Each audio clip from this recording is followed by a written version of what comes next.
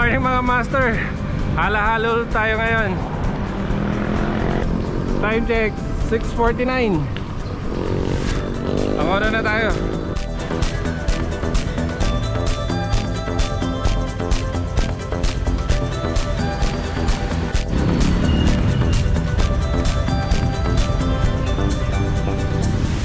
Oras 6:58. Binangonan na tayo. Ang ruta natin Hala-Hala Loop. Pagdating doon sa junction ng start ng Hala-Hala Loop, doon na lang siguro kami mamimili kung kanan o kaliwa, kung ano yung pipiliin nila, kung anong pipiliin nila, kung unahin yung ahon o unahin yung patag. Usual na kasama ko, Tams, Ricardo Mandani, Darren Silot. Ito, na-recruit namin, first time namin makasama yan.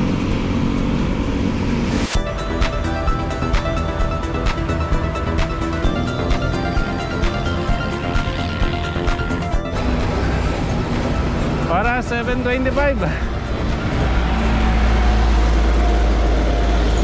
Lusong na tayo papuntang Cardona.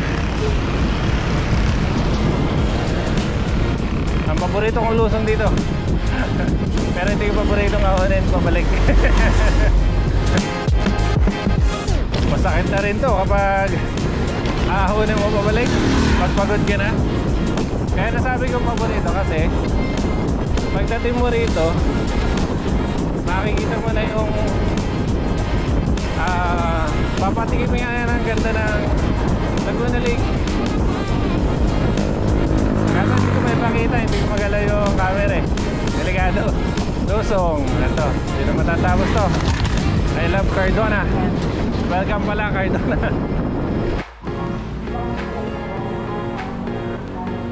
Dito sa Cardona. Lusong na ulit tayo, papunta ng Morong.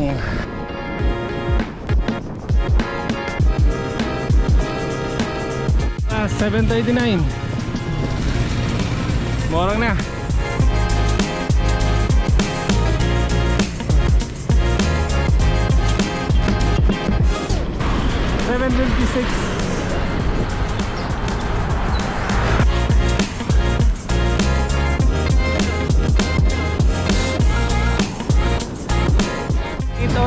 Nandito na tayo sa crossing sa Tanay.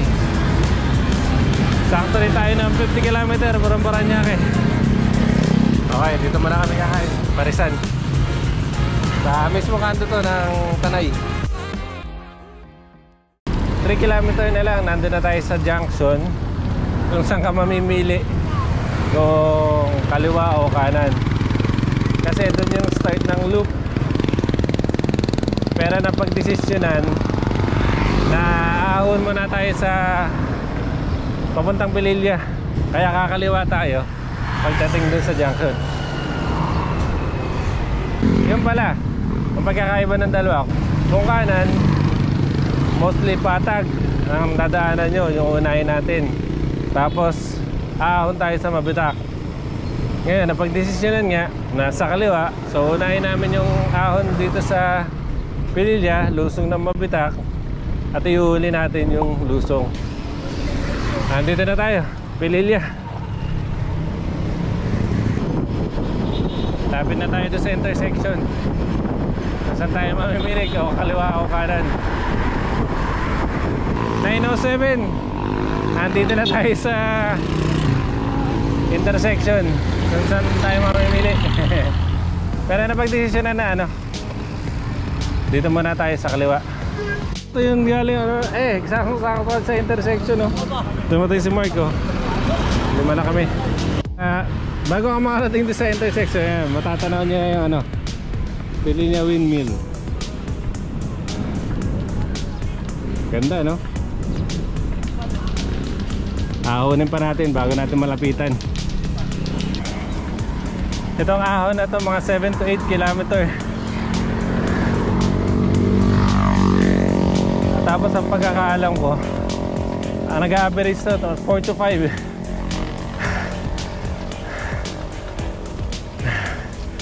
Hindi ko na check yung start nito kasi ang unang plano talaga kanan. Kaso magandang decision na rin to kasi 9:15 pa lang, 38 na yung temperature natin. Hindi, kung unahin namin yung halahala o yung patag, sigurado abutan kami ng init dito sa ahon. Ganda na rito.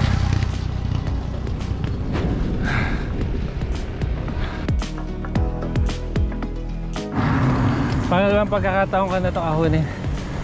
Pero hindi to ganito nung una kong inahon during pandemic. Ngayon dami ng ano, daming makakainan, tapos may biotic pang ganito.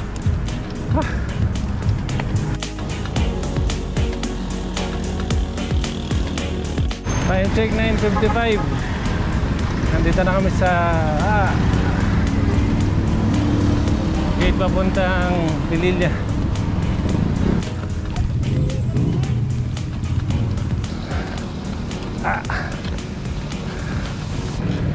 Laki.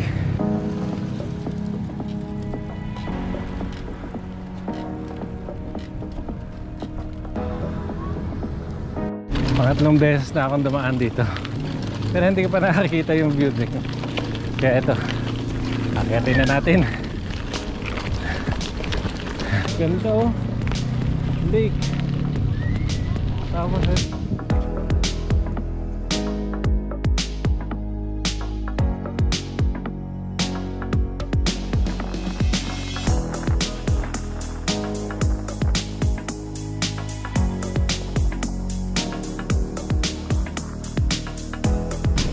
okay, 10:22. Tapos na kami maging turista.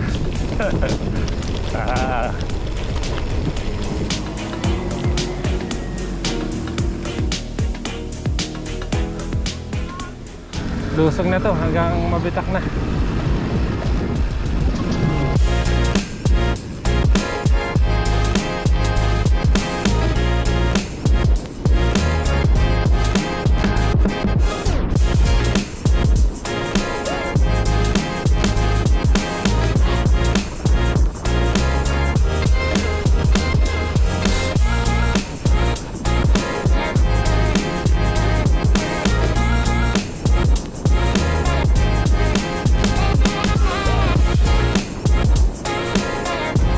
Pagbaba niya ng mabitak ito, open naman to. Kaya kapag reverse, ano to, salubong hangin, open na open kasi.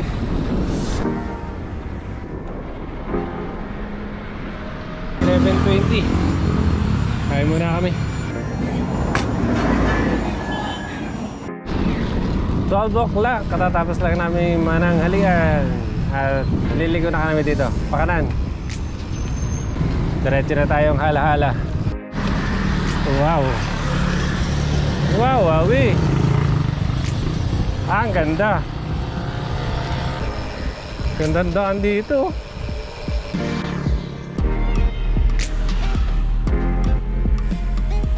$12.15. Pasok tayo sa Pangil. 12:27. Nasa Pakil. Point ng Pakil. Hoy. Ganda rito oh. Ang lilim. Pero katanghalian tapat to. Hindi namin masyadong mainda yung init ng araw. Ganda. Maganda rin yung naging choice namin na unahin yung ahon. Kasi nga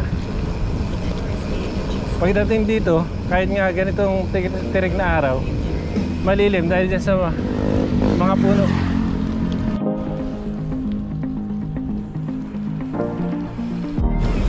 Ganda rito. Dagat dito sa kabilang side, bundok dito sa kabilang side. Tapos ganito pa yung daan, malilim. Buti pala hinuli namin to, kasi kung ito inuna namin, sa kabilang side kami. Ang dami palang ginagawa rito. Ganda naman. Nasa sitio Tanawan na tayo. Tanawan 2. Hala-hala. Kita niya ba yan? I love hala-hala. Palay-palay.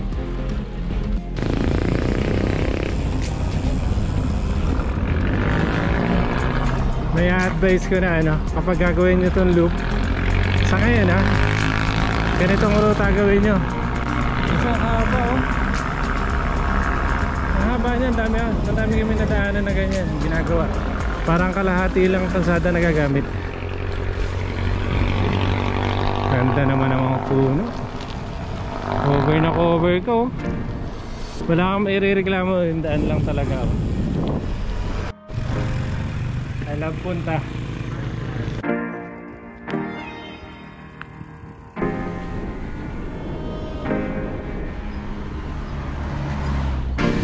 So 44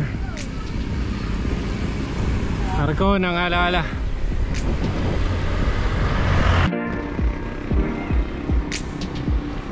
Nandito na tayo sa junction.